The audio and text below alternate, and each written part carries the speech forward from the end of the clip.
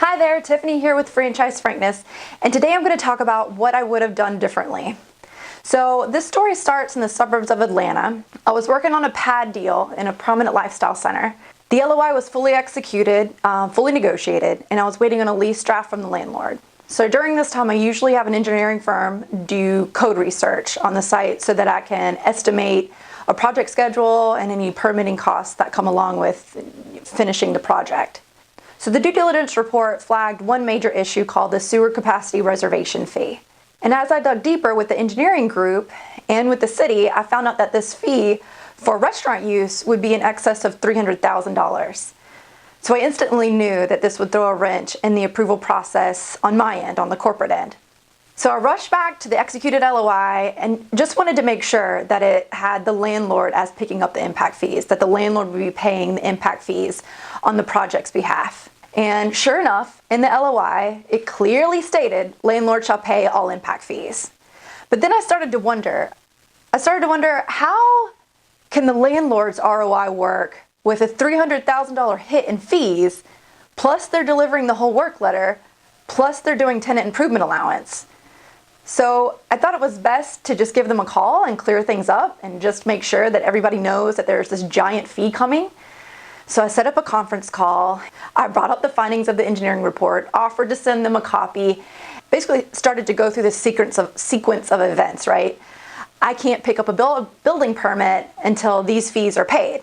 My expectation is, after we waive permitting contingencies, you guys are going to pay the impact fees so that I can pick up the permit and so that we can start construction. So after I said that out loud, the phone was kind of silent for a few minutes and the landlord came on the line and he basically said, this sewer capacity reservation fee, that's not what we would consider an impact fee. So at this point, there's an immediate spike in my blood pressure. And I knew that our ROI on the deal is going to suffer greatly if I had to shell out like $300,000 on what I still consider to be an impact fee.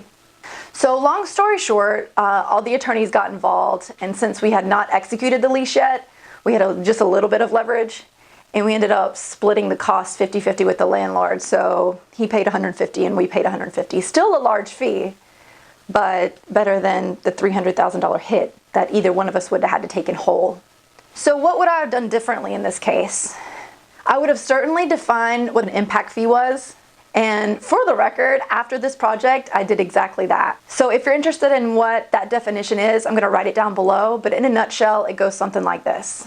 Landlord shall pay any impact fees, including but not limited to connection charges, availability fees, tie-in fees, meter fees or charges, capacity fees, reservation fees, EDU, utility connection fees, tap-in or tap fees or impact charges, and any similar imposition charged by the applicable government authority or utility provider associated with the development of the center and the premises or the use of the premises for the permitted use.